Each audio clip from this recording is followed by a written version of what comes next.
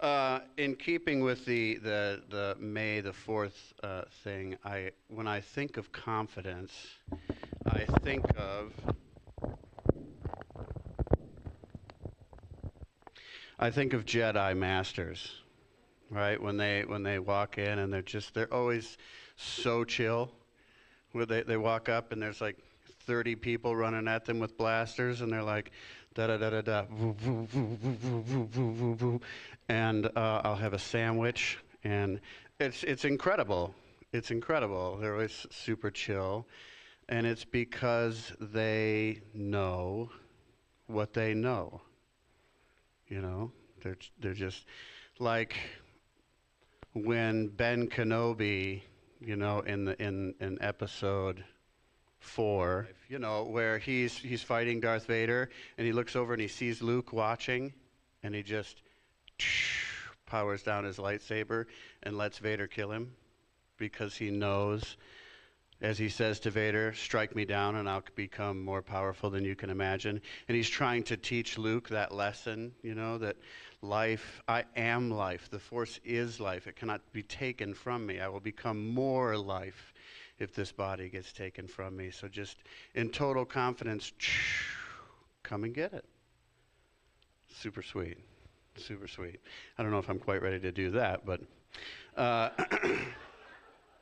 so when Luke is, Luke is a confident kid, right? When they're talking about the plans of destroying the Death Star, and they're like, you got to fly down and you got to hit this target that's 2 meters wide, and the guy's like, that's impossible. And Luke's like, it's not impossible. That's like flying in my, whatever he called it, my JT-30. I used to shoot womp rats in Beggars Canyon back home. It's not impossible. So Luke's, he's got some confidence, but then he's cruising through that trench, and he brings out his little computer, and you can see, coming up on the target, and Darth Vader's behind him with the 2 guys, and Luke's chill, and all of a sudden Ben Kenobi's like, let go, Luke. Use the Force. And Luke, turns down his thing. They're like, Luke, you turned off your targeting. He's like, I'm okay. It's awesome. It's so good. And then, Han Solo comes in and clears the path for him. And he's like, let's blow this thing and go home. And Luke's like, and he hits it, right?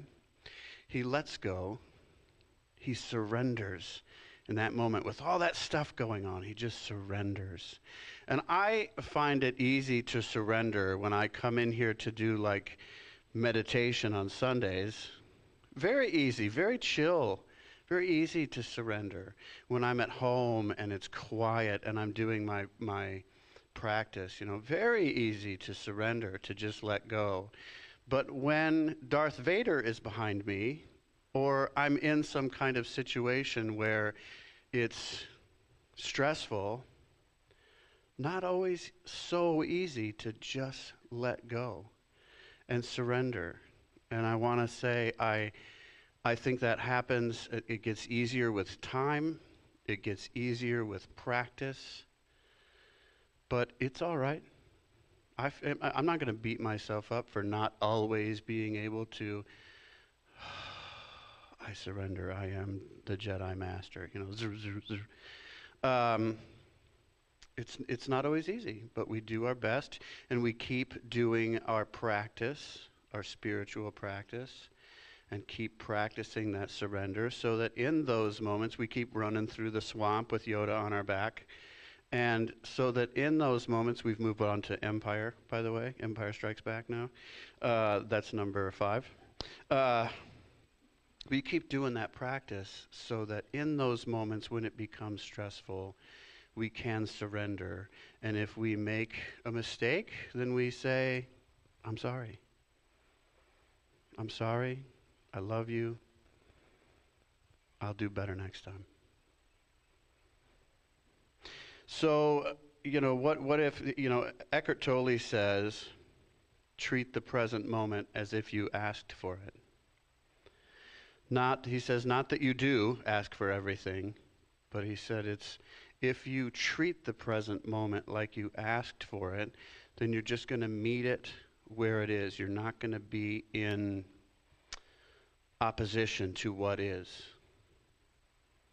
You're not going to be saying, it shouldn't be this way. It should be a different way. I don't like the way it is. I'm going to try and control things. Because we all know, and I learn as well, when you try and control things, that's not who's in control. Right? I was reminded today, who's in control? It's not me. Right? It's Spirit. Spirit is in control. So if I can meet the moment and say, I'm going to treat this moment as if I asked for it. I'm going to surrender in this moment. Then I'm stepping back and I'm allowing Spirit to move through me, to speak through me. And so having that spiritual practice of doing our meditation, of doing our affirmations, visualization, visioning, journaling, reading our spiritual texts, all of these things, they're good for us and they nurture faith. But how to increase faith? How do we increase faith? I looked up, faith is a complete trust or confidence in someone or something. A complete trust or confidence. That's a lot. That feels like a little more than a belief. A complete trust, And Emma Curtis Hopkins, when I was just starting to take classes, we had to read an Emma Curtis Hopkins book, The Scientific Mental Practice, I think it is. And this, I was thinking to myself, how does one grow faith? How does that happen? And she wrote, there is a generation of faith like the generation of electricity. And it just like, oh, that's so good. If you think of you're turning one of those wheels and you're creating an electrical current and there's a little light bulb and it's flickering with a little bit of light, it's a little bit weak. You keep going and you build up and you build up and you keep exercising that faith and it gets stronger and stronger and stronger. And that's it, right? Isn't it? We say, I believe. Like none of us have seen God, right? We've not seen it. But there's something in us that says, I know there is a power greater than me in this universe. I know it. I don't know how I know it, but I know it. And so if I exercise faith in that power, if I, here at Science of Mind, we teach that our word has power. So if I set an affirmation and I exercise belief in that affirmation and I see that comes true, then I say, oh, I had belief, I had faith, and I see that it works. And that increases my faith. And I do it again, and it increases my faith. And I do it again, and our faith grows and grows. She says, Emma Curtis Hopkins says, we speak the truth about the good, capital G, good, as sure to come out in our life or in our work. We stand firmly to the truth. It goes out stronger and stronger as a power to drive back the belief in and appearance of, she uses the word evil, I will use the word untruth. She was writing in the 1920s or 30s, we can give her a break. So, an appearance of the dark side, let's say that. We do nothing but speak the truth and stand to it. I love this. If we feel confident one moment that all will come out right just because a little appearance for the better shows up, and then our heart sinks the next moment because a bad appearance sets in, we are unstable.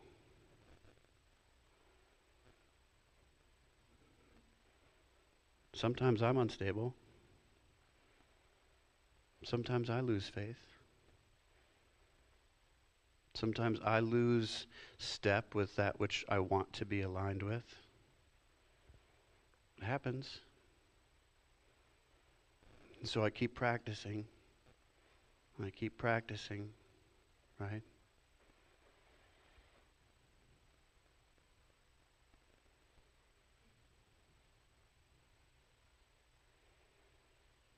Ernest Holmes says one of the ways that you can know that this works before you know that it works, the creative principle that we talk about, the power of creative thought.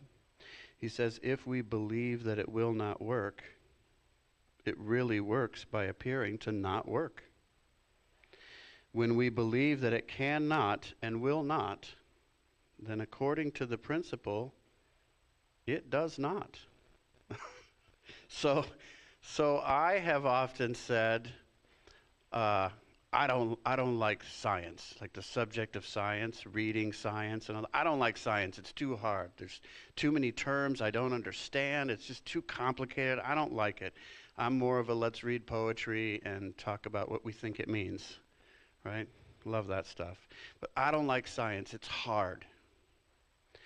And guess what? When I start to read a science textbook, it's hard. All of a sudden I get sleepy. I can't, like the words, I'm like, I can't figure out what this means. I can't hold this in my, I go and I look up the definition, okay, but I can't seem to hold it in my mind because I said it's hard. Because I decided it was hard. And sometimes we say, oh, forgiveness. Forgiveness is so hard. And so it is. And so it is. Oh, life is so hard. The other day, I said, David, let's go down to, I had to come down here to Bakersfield. And I said, let's go. And I put him in his little, you got to put him in his little chair in the back. And I start the car. And it's like 30 seconds. And he's like, Dad? I'm like, yeah.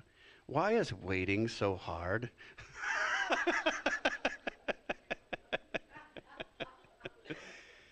I said, well, waiting is really not all that hard, son. Waiting is hard because you think it's hard. And he was 4 years old, and he was like, what? But waiting is hard because you say so. I've told you the story about waiting in line at grocery stores. I love it. Let me just chill out and wait. I don't know why everybody's so upset. Like this is awesome. We work our spiritual practice. Then we practice our faith. We see the outcome of that faith, and we begin to know, right? We master our mind. We begin in the present moment. I've been listening to a lot of Eckhart lately, and he's always, present moment, the now, the now, the now. And he's so right that if my mind is thinking about what should be, what could be, oh, I wish this, or oh, I should have, you know what I could have done? I wish I would have, then I'm in the past, I'm in the future, and I can't hold on to spirit. I can't connect with that when I'm doing that, because spirit is right here and right now. This is confidence unleashed. I think with the topic, raise your voice and self-advocacy and this sort of thing,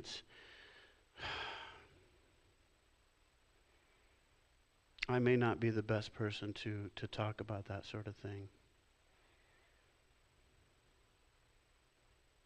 It's not the way I like to do it. And when I raise my voice and I get into self-advocacy, it tends to be me trying to control things, me saying that this is the way things should be, and it causes problems. It hurts people that I love, and it hurts me.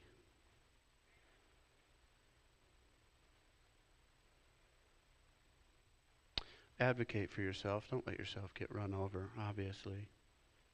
And if we're in stillness, if we're in spirit, then we're not going to be. Or we're just going to turn off our lightsaber and be struck down and become more powerful than Darth Vader could have ever imagined.